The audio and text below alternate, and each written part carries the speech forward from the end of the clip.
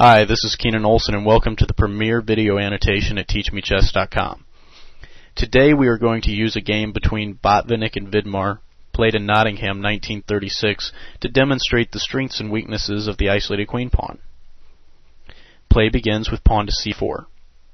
This was a prime weapon of Botvinnik's. He frequently used the English opening to transpose into more favorable lines of the queen's gambit. Black's response is pawn to e6. Here Vidmar is stating that he wants to play a queen's gambit declined.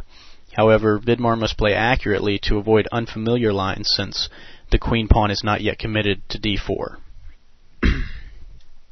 Play then continues with knight to f3, pawn to d5, pawn to d4, and knight to f6. Now Vidmar has kept the game in standard queen's gambit decline lines to which he is quite familiar. White then continues development with knight to c3, and black plays bishop e7, anticipating the bishop g5 pin, which white then plays. This is followed by castle, pawn to e3, and knight b to d7. This allows the development of the queenside knight without blocking the c-pawn, while also reinforcing future pawn to c5. Now white develops his last minor piece with bishop d3, and black plays c5. c5 is an attempt to equalize the position while gaining space. Additionally, this move will eventually lead to a series of pawn exchanges in the center. The only question here is, will the pawn structure remain symmetrical, or will one player be left with an isolated queen pawn after these exchanges? Now that the center threatens to open, white castles his king into a safer position. And incorrectly, black plays c takes d4. Better was d takes c4, followed by bishop takes c4, and pawn a6. Here the threat is playing c takes d4 and pawn to b5, gaining both space and potential for counterplay on the queen side. White here must play pawn to a4. White continues with c takes d, e takes d, knight b6, bishop b3, and bishop d7. And at this point, black has equalized the game as well as create a weak square on the queen side.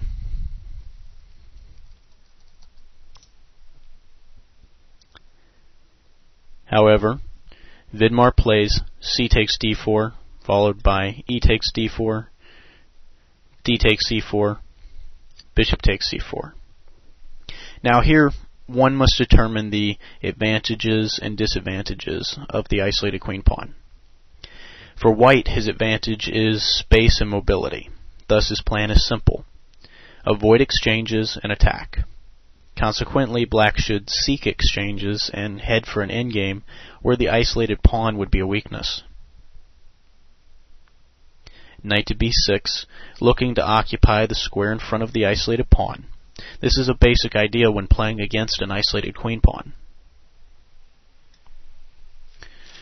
Bishop b3 and bishop d7. Now, black cannot immediately occupy the square because it allows a series of exchanges where white goes into a better endgame.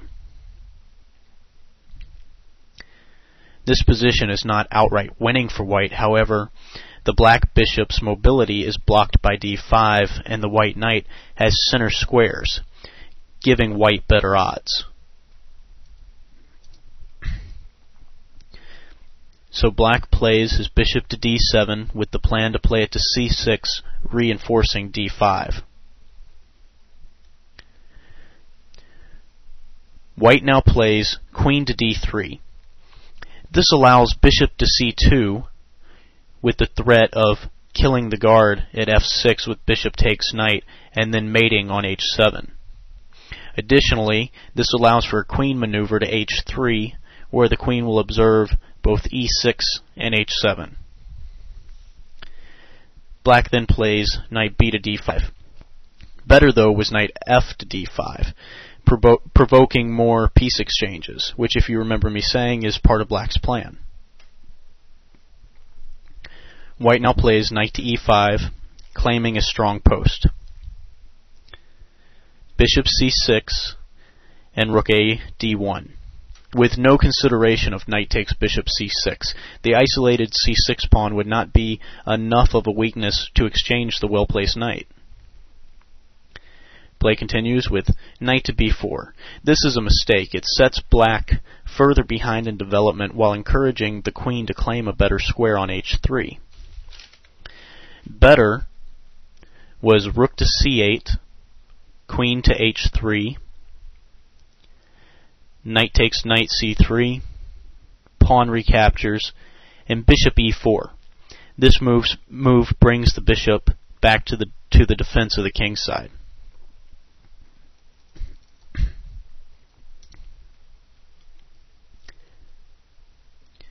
Vidmar plays knight to b4, queen to h3. Again, this observes h7 and e6. Black now follows with a huge mistake. Bishop d5. Now after knight takes bishop d5 and knight recaptures, not only has white gained the bishop pair, but he's also removed a key defender. White's attack against e6 and f7 can no longer be stopped. Now pawn to f4. This brings the f-rook into the attack after f5, as well as prepares to undermine the knight at d5 with f5 attacking the e6 pawn. Here, if g6 to stop the f5 push, white can play bishop h6, followed by rook to e8 and bishop to a4.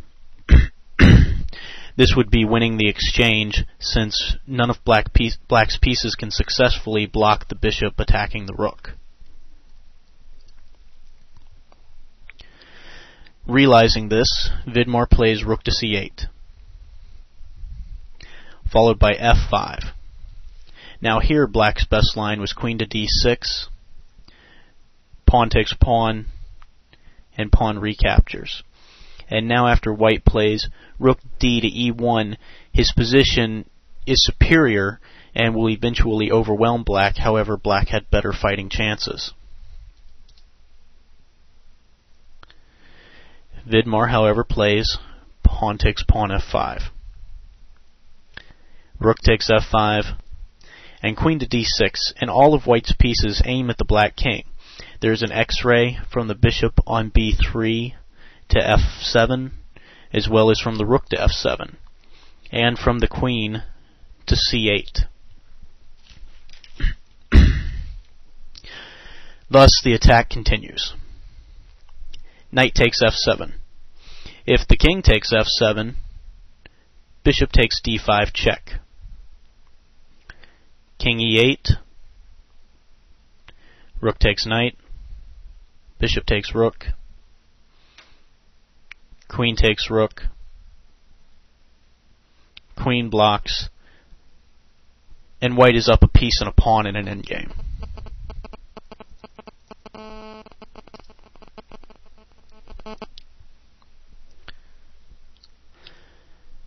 Black recaptures with the rook, and white plays bishop takes f6, followed by bishop takes f6, and rook takes d5. Queen to c6, and rook to d6. And here the queen obviously can't take because of queen takes rook c8 check. And after queen f8,